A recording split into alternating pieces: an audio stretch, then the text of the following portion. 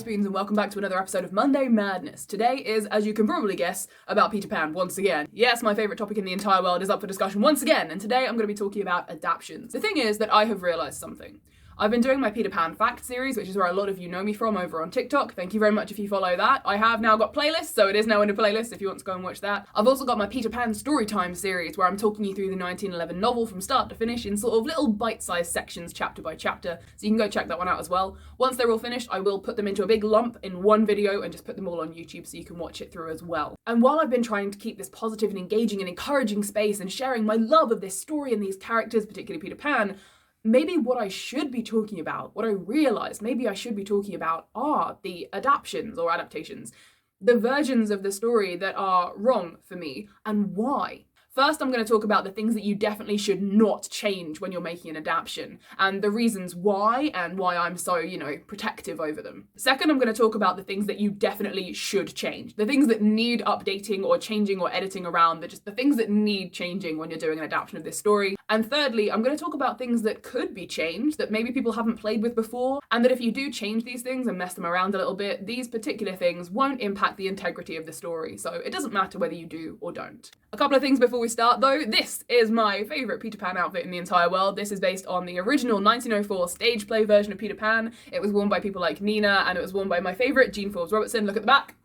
Yeah. So if you've never seen my series before and you're thinking that doesn't look like Peter Pan, technically it does. This is a very authentic to the stage Peter Pan outfit, and it's one of my favourite things I've ever made. It's not the best thing I've ever made, but it's one of my favourite things, and it's very, very important to me. Go check out this video if you want to see why. Secondly, a lot of people, particularly over in my TikTok comments, ask about my makeup for my Peter Pan characters. This is one of my favourite ones. It's a sort of nighttime stars and the sun makeup. It's actually inspired by an illustration in one of the Peter Pan books that I've got. This illustration is done by a wonderful artist called Gwynedd M. Hudson, and I'm so sorry if I butchered that name. And this is the illustration here. I hope you can see that on the camera.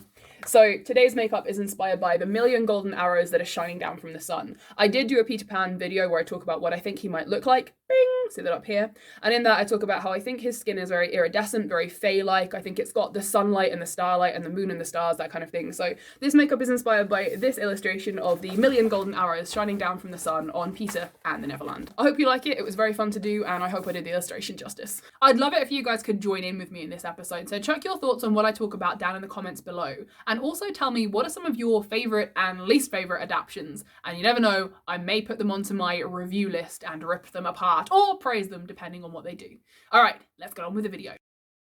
I'm going to start by talking about the things I believe you should never ever change when you're making an adaptation of Peter Pan. These are things that by changing them, you change the entire original story and you take away from its integrity and the point and the value of it, and you change it beyond repair, particularly in some adaptations that I have seen. I'm going to try not to make this video into a ragging on different adaptions thing because, well, you can check out my reviews for those. I will mention some adaptions by name at certain points, but I will try to avoid judging them now because I've done that in other videos. Number one are the things you should never ever change and never touch when you're making an adaptation of the story of Peter Pan. Number one is of course going to be about the titular character and my favourite character of all time, Peter Pan. Specifically, his character, his personality. Don't mess with that. The thing is, Peter Pan as a character is perfect. There is not a thing wrong with this character. And by that, I don't mean that he as a person is perfect. Hell no. And I don't mean that he never does anything wrong. No, I mean from a character as they've been written point of view, particularly as an actor on the stage. In the stage directions of the play and when you read the novel, this character is so well-rounded, it's almost absurd. Peter Pan is perfect because you get to see him from every possible angle. You know everything that you need to know about him while he still has mystery. You see him happy, you see him sad, you see him respond to danger, you see him fighting, you see him angry, you see him excited, you see him forgetful, you see him regretful. That rhymed. You see him in deep sorrow over Tinkerbell, you see him confused and perplexed, you see him banishing people, you see him killing people, you hear about his dark side, you see his heroic side, you see him in every single light you could possibly want to see a character.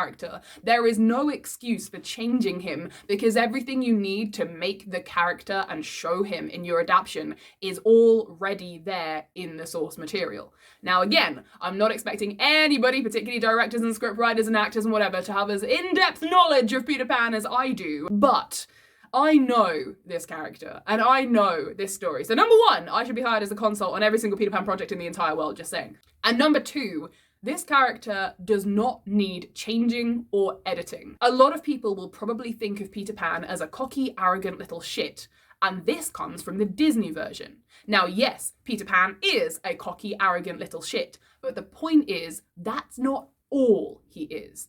He has many sides to him. He can be cocky and arrogant. In fact, cockiness is the blot on Peter Pan. I'm gonna say what has become my catchphrase over on TikTok here. I blame Disney! Because what Disney did, and unfortunately this means that most people know this version of Peter Pan, is they took his cocky and arrogant nature and they made that all he was.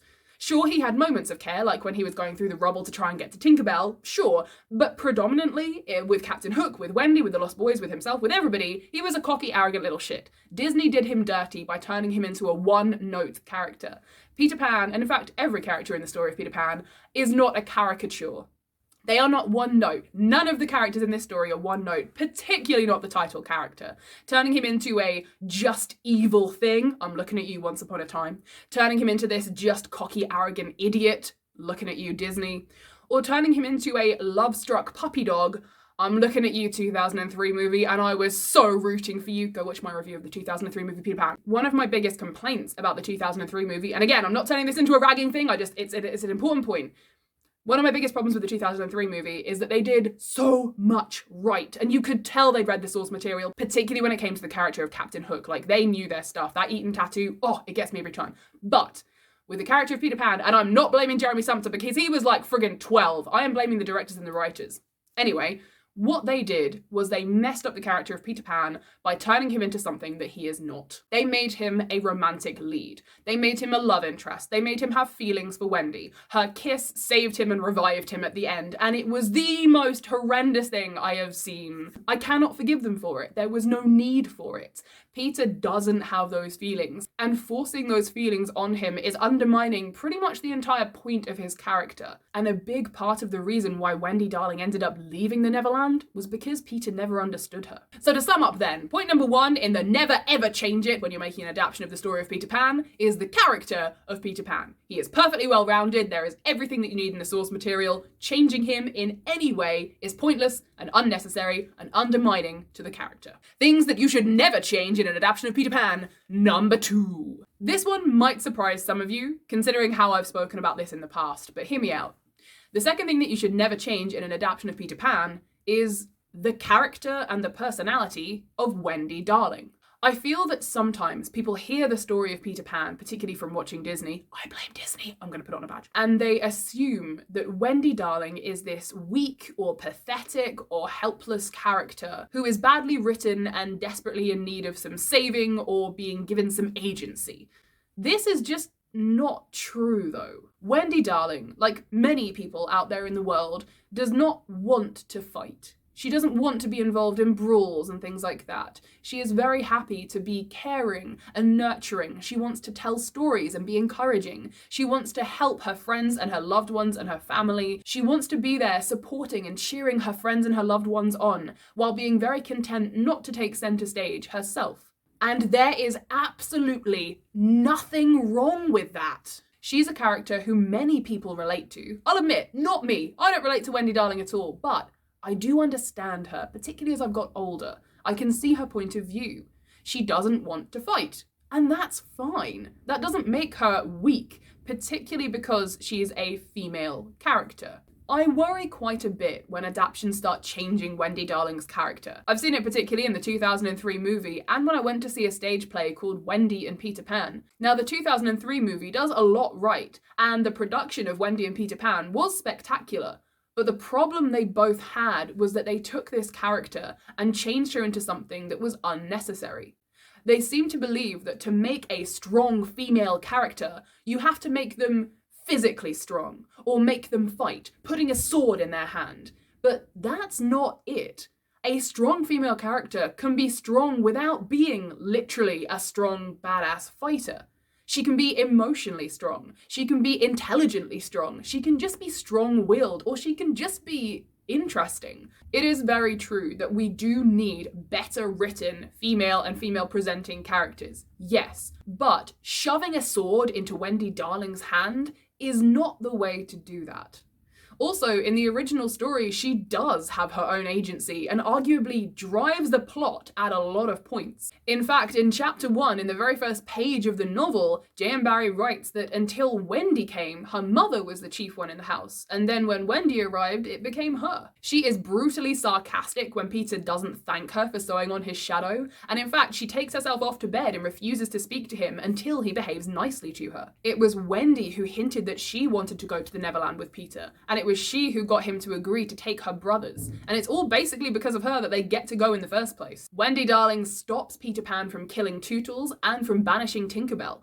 She chooses and agrees to be the mother to all the lost boys who ask her. They don't force her, she is asked, and she says, yes, I will do this. And then she goes on to make all of the rules and decisions and act as mother in the home under the ground. And perhaps most important of all, Wendy Darling decides to go home. She decides that's it, we've had enough. She takes her brothers and in fact takes all of the lost boys with her. She says to them that they can come back to London and her parents will adopt them. And so the lost boys go with her. She makes that decision. She curveballs the whole plot. She is going home and nothing will convince her otherwise. So while I understand why there is a lot of opinion out there that Wendy Darling is a weak and helpless and not a strong female character, I also think that anyone who believes that probably hasn't read the original story or seen the play.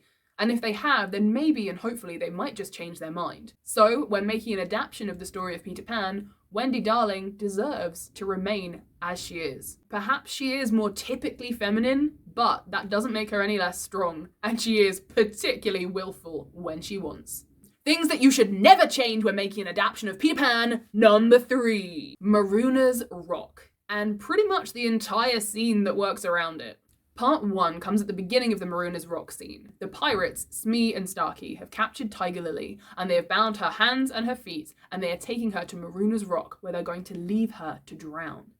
While they're doing this, Tiger Lily is not struggling, she is proud, she is erect, she is facing her death with dignity. But there is something much deeper and much darker going on here as well. Part of the lore that Barrie wrote about Tiger Lily and her people says that they believe that if you die in water, you cannot ever reach the afterlife. So, as part of the Neverland lore, Tiger Lily is sat on Marooners Rock knowing she's going to drown, and she is never going to see her family or her friends ever again in this life or the next. Now think about that for a sec. That is not only a horrible way to die, but also there's no anything after. There's no reward. There's nothing.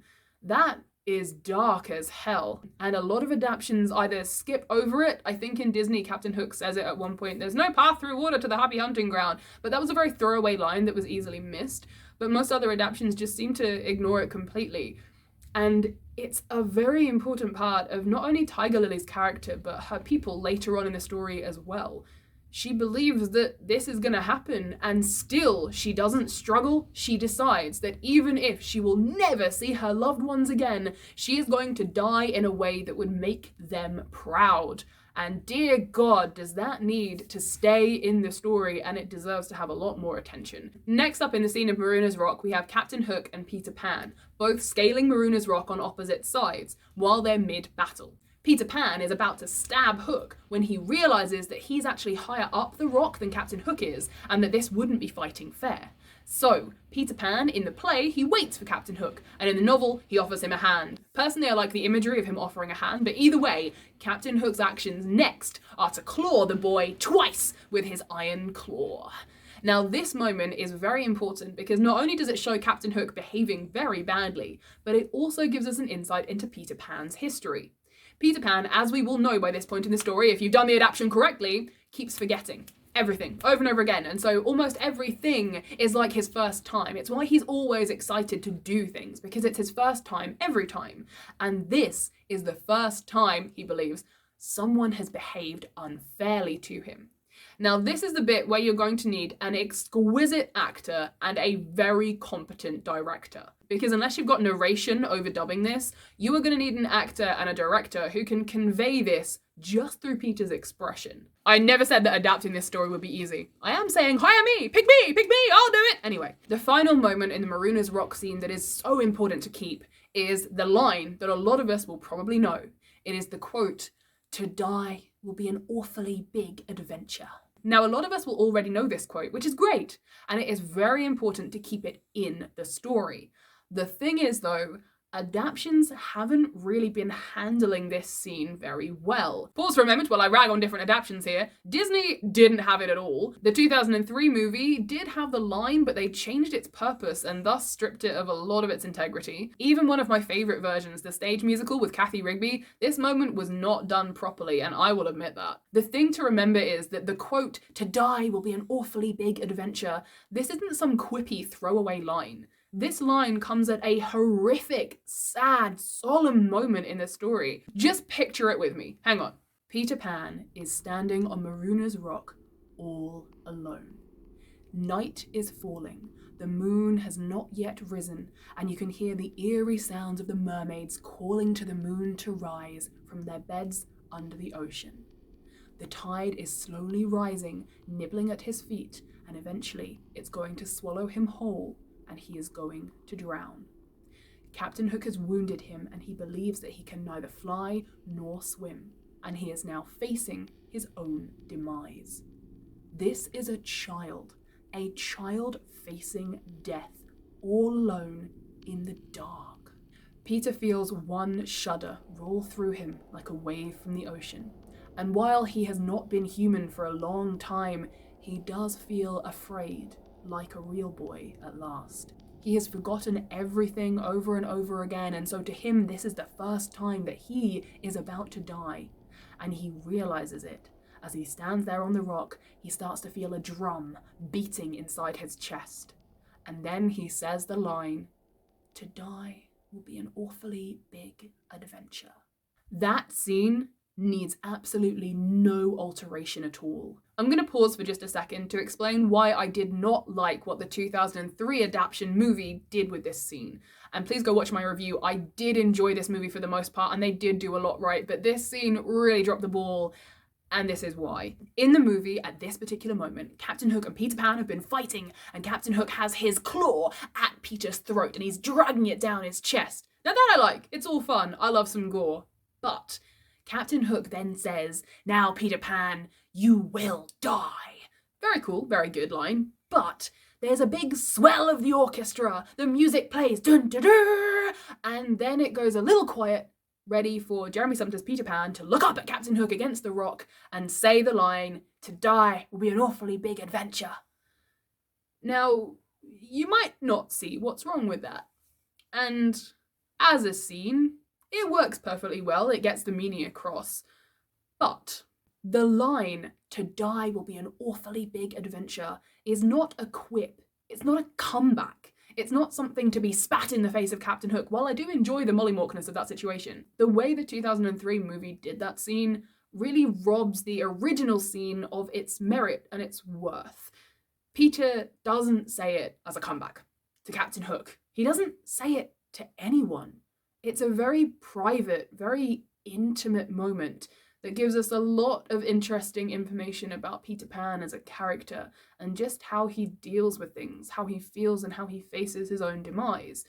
It's a lot more poignant to have him in the dark, all alone, saying that line to everyone and no one, rather than doing what some adaptions do and having him say it really quickly in the face of Captain Hook. And that is why this moment needs to be kept, but kept as true to the original as possible, because this moment is so important for Peter's character and for the story. And number 4 in the things you should never change when making an adaptation of the story of Peter Pan. Number 4 is technically a lot of things, but I'm going to encompass them all into one thing, and a lot of quotes from JM Barrie in his notes on performing a fairy play. That was the play of Peter Pan. Take it seriously. This is for everyone, particularly the actors, but also for the people in the writer's room, for the directors, for everyone involved in doing an adaptation of this story. Treat it seriously. I'm going to read you a few quotes from JM Barrie about performing the show now, and I think this gets what I mean across. He says, "Conceive yourself a child again. Hook should be played absolutely seriously, and the actor must avoid all temptation to play the part as if he were conscious of its humours. Barrie describes he is a bloodthirsty villain, all the more so because he is an educated man. He should have the manners of a beau and avoid trying to be funny. This is a trap I feel that a lot of actors fall into, with the possible exception of Jason Isaacs, who so far is one of my favourite Captain Hooks. He's not a comedy part. He has comedy moments. All of the characters have comedy moments, but this isn't a comedy. Play the characters straight and seriously, and the comedy will shine through all the more for it, particularly involving Hook and the Lost Boys as well. To perform this story should be to love it. To share this story with the world should be to share your love for it. If you can't give it that, you really shouldn't be doing an adaptation in the first place. This year, as a lot of you may know, I am embarking on a 1-year movie project. It's very amateur and I am doing it all by myself because I don't want to involve too many other people because of the risks of the current global pandemic. I am making a movie about Peter Pan, my favourite story in the entire world, and it is called Never Never. I'm intending to have it done ready to release on the 27th of December here on my YouTube channel, and if you guys want to get involved and support me, you can do. If you join me over on my Patreon, then you get to see behind the scenes stuff, vote on what I am doing, and if you're on my Patreon, then at the end of the year, when I finish making some of the little creatures and props from the movie, you guys will get first dibs on selecting a prop or a creature that you would like me to send to you, so you can keep a little bit of the magic of this movie alive. If you don't want to commit to me on a monthly basis, absolutely understandable, I'm a very large commitment. I also have Ko-fi. Anyone who supports me this year on my Ko-fi or my Patreon will get sent out a questionnaire from me later on in the year. While I'm making the props and the creatures for this movie, I am going to use your descriptions. So when you back me on Ko-fi or Patreon, you'll fill in the questionnaire and it will be about things like hair colour and skin colour and clothing, and then I will create a little fairy or a gnome creature based on your description. I've also got some little trinkets for sale in my Ko-fi shop. These. I'm calling them kisses from Mauku, and it still sounds weird every time I say that. So while I've been building sets and props for my Never Never movie, I made some acorns, and I had quite a few left over. So I added them to a thimble and put them on a cord necklace, and I am selling these over on my Ko-fi page. So if you would like an acorn kiss, then head over to my Ko-fi where you can buy one of these for your very, very own. Also on my Ko-fi, you can find my commissions page. I do personalised in-character messages from various different characters. You can commission a message for yourself or for somebody else. I do a lot of birthdays, and you can have these personalised messages from Peter Pan, Mollymauk Tea Leaf, Lucien the Nonagon, Kingsley Tea Leaf, and Puck from A Midsummer Night's Dream. If there's another character that you have seen me cosplay and you would like that, then you can chuck me a message on my Ko-fi or my Instagram or my TikTok and we can talk about it. A lot of you have been asking about merch and I have been working on making some badges for you. This is roughly what they're going to look like. I will let you guys know when they go up in my merch shop as well. A really big thank you to everyone who has supported me on my Patreon, who has bought things from my Ko-fi shop, who has commissioned me, who has supported me in any way. It absolutely means the entire world to me. As you all know, I am not comfortable in asking for stuff. I would much rather earn it by doing something that you guys can enjoy. As some of you may have already guessed, I am planning to make some very large changes to my life. I'm not quite ready to talk about them, but a lot of you have got the hints that I have been leaving, and I hope that you guys know that I'm not ready to talk about it yet, but I do want to say thank you to everyone for supporting me, and the reason why I'm starting to open my commissions more and my Ko-fi shop and encourage you more is because that is where all of that money is going to be going. So thank you for helping me with that particular life update, and in the meantime, let's get on with the video. Alright, now we're going to move on to some things that you definitely should change when making an adaptation of the story of Peter Pan. Number 1 in the things that you really should be changing when making an adaptation of Peter Pan. This one is so strikingly obvious that I really hope it should go without saying, but just in case, it's going as number 1 on my things you need to change list. Tiger Lily and her people. Predominantly, of course, this is the language used to describe Tiger Lily and her people. In the novel, the play, and a lot of the musical adaptations as well, the R word is used. Not okay. Back in 1904, it was a word that was used, and it should not be. And so changing that should be your first port of call when you are doing an adaptation of this story. Also, of course, you do need to change the name of Tiger Lily's group. This word, it begins with a P, and I'm not going to say it. It has its roots in meaning child and small and stuff like that, but it was also used as a slur and is not appropriate. So all of that needs to be taken away, thrown away, and changed forever and never, never touched again. Now, the way you do this, obviously, is by having the correct casting. You cast people of the correct ethnicity to play the role. And of course, you get consults. people who you can consult to make sure you are doing this correctly, who are also of the appropriate ethnicity. This really should not be hard, particularly in the 21st century. And if you're not sure how to do this, then look at what Disney did with Tiger Lily and her people. Look at what the movie Pan did with Tiger Lily and her people. Do a 180 and walk in exactly the opposite direction of everything that they did. Some of the ideas that I had after watching videos of people talking about representation and trying to do it justice and properly was, number one, obviously casting the right people and having other people in the writer's room and people involved in making this that know how to do this culturally and appropriately. And I thought that something you could do is get all of the actors to come up with their own names and essentially create their own characters. Tiger Lily is one of the only named characters from the group. There is someone else called Great Big Little Panther, but I'm going to assume we're going to bin that one. So something I thought could be a cool new tradition is getting these actors to name and create their own characters. So they can give them not only appropriate names, but they can also flesh them out themselves.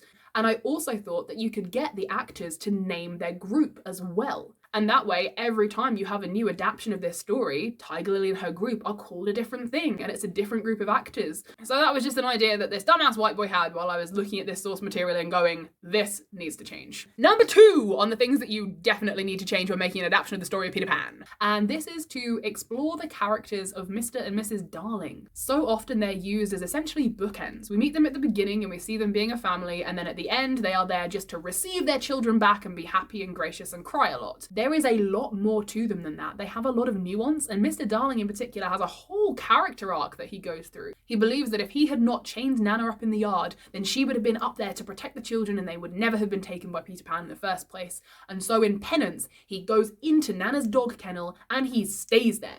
He goes to work in this kennel. He gets taken back in this kennel. He eats, he sleeps, he does everything in this kennel. He swears an oath that he will not leave this kennel unless his children come back, because it's his fault that they were gone and he is completely wretched about it.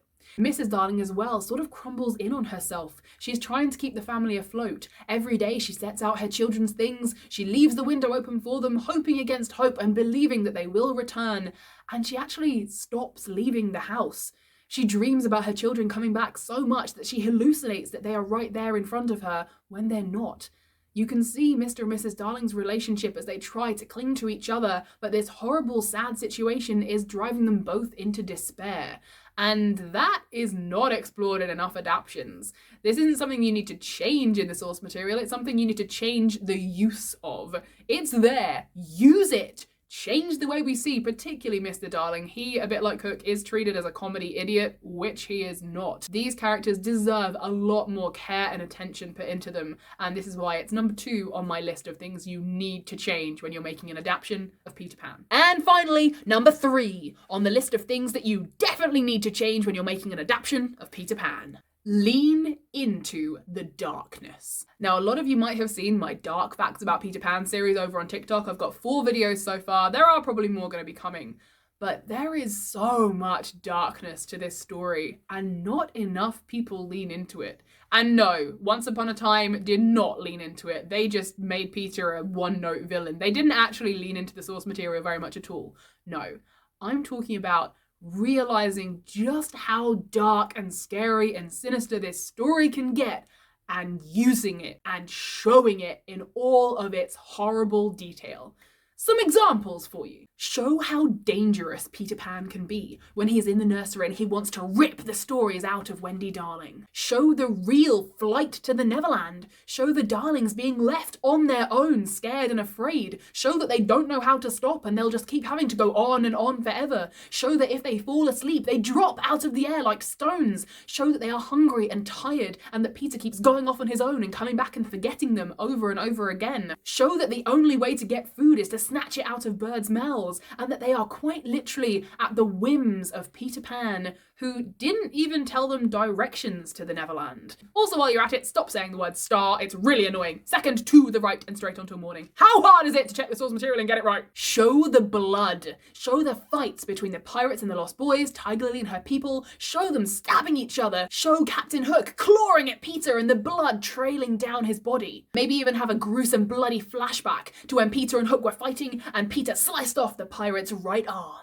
Show Peter's control, particularly over the lost boys. Tell us that when they show signs of growing up, Peter thins them out, and maybe show us how, or leave it that we never know. Show Slightly's fear when he realizes that he's getting too big for his tree, and that rather than face Peter, he starts to whittle it out from the inside, and then show the consequences of that decision. When we first meet Captain Hook, show him killing one of his own men without care. When we meet Smee, show us that he has a cutlass called Johnny Corkscrew because he twists it when he stabs you. Show how unfriendly the mermaids were to everyone except Peter, and show how deadly the lagoon can be for mortals if they go there at the turn of the moon. Show Peter's heartlessness, show Captain Hook's loneliness, and for God's sake, do Captain Hook's soliloquy. Show Tinkerbell's different attempts on Wendy's life and getting rid of her. Show us Peter's nightmares, show us Peter getting bored mid-battle and swapping sides. Show us Peter using the cat-o'-nine-tails on Slightly on the deck of the Jolly Roger. Show us at the end of the story how Peter has forgotten Tinkerbell and Captain Hook. And if you want, you could show us how Nana and Mrs. Darling are dead when Wendy has grown up. Considering how many hot takes and theories are out there on the internet, the real darkness of this story remains pitifully unexplored, and this is something I think needs to change when doing an adaptation of the story of Peter Pan. Lastly, I'm going to talk about things that fall somewhere in the middle. They're not things that desperately need to be changed, and they're not things that definitely need to stay the same. They're things that you could change or stay the same, but mostly, if you do decide to change them, it won't impact the story and it won't take away from the integrity of the tale at all. Number 1 on things that you could change or you could leave be. So number 1 on the list of things that you could change and it wouldn't impact the story too much is the race and or gender of most of the characters. This one is a little delicate and I will try to explain why. First off, I just want to say that obviously Tiger Lily and her people not included in this. They should be done correctly and that is that. But everyone else, I don't feel particularly racially, it really doesn't matter. They can be literally anything at all and it makes no difference whatsoever.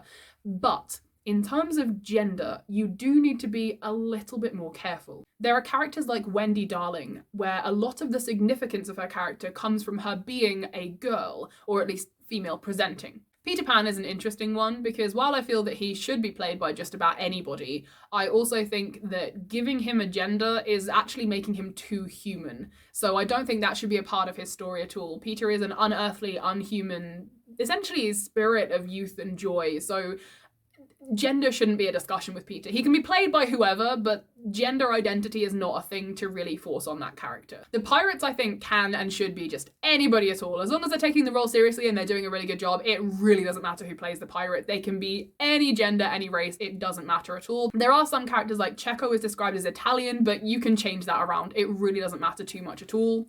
With the Lost Boys as well, again, race does not matter. Really shouldn't be a discussion, doesn't matter at all. I also, as I've said in other videos, believe that Lost Boys is a title and not a description. I don't think you have to be a boy or male presenting to be a lost boy, and so there can be anyone at all. The reason why changing the Lost Boys genders could be delicate is mostly because of Wendy Darling, and a lot of the importance of her character is in being the girl, essentially. So I don't think it's impossible, I just think you'd have to do some tweaking. Perhaps instead of her being the only girl, she is the only mother, or she is the only storyteller, that kind of thing. So not impossible to change, but you do need to be careful in how you do it. Number 2, in things that you could change, or not. This one I wrote down, and I do agree with it, but I also have mixed feelings, which I will explain in a moment. So number 2 on things that you could change when adapting the story of Peter Pan is the setting and the time period. Now, setting-wise, I think this story could be set pretty much anywhere in the world, and any adaptation could do it. It doesn't have to be in London at all. These people could be from anywhere. Peter Pan can come to the window. It can be performed and shown as being anywhere at all. A part of me really hates the idea of it being in America just because they have so much already. But that is just a personal gripe, I can get over it. The point is that if you change the setting, the story isn't impacted in any way. The story doesn't rely on it being in London. So the setting could be changed to pretty much anywhere in the world, and that would make no difference.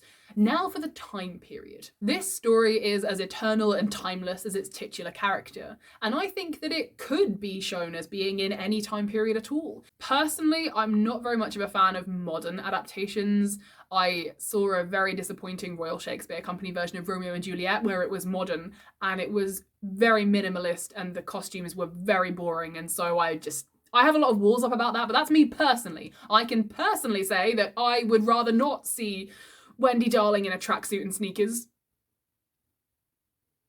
It's fine, but I can also admit that as long as the residents of the Neverland, and particularly Peter Pan, are all dressed in fantasy garb and fantasy Neverland costumes, then technically the residents of the real world could be in any time period and wearing whatever, and that's fine.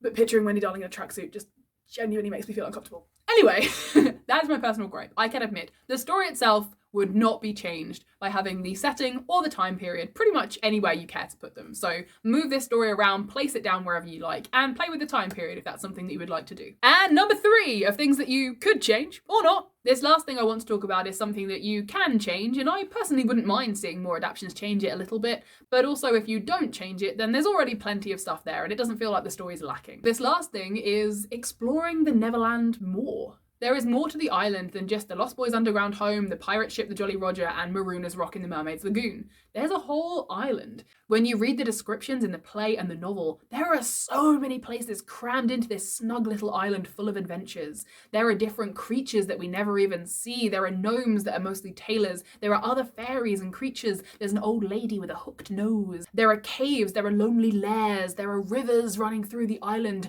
There is Slightly Gulch, the big ravine. There is so much to this place that goes pretty much unexplored in a lot of adaptations. This is something that you could change by adding in different locations and scenes and just showing a lot more of the island. But also, if you choose not to change this and not to expand upon it, there are still plenty of opportunities to showcase this magical island as written in the source material. Alrighty then, that was a Peter Pan hobbyist and obsessionist opinion on what you should never change when you're making an adaptation of Peter Pan, what you definitely should change almost immediately upon making an adaptation of Peter Pan, and some things that you could change and they wouldn't harm the story too much, whether you did or didn't. That is the end of this week's episode of Monday Madness. Thank you for sticking with me to the very end. I know that my Peter Pan hobbyist and obsessionistness can get very exciting, but I just hope that I shared some of my love and my passion for this story and how the story itself can be shown and adapted in so many wonderful ways.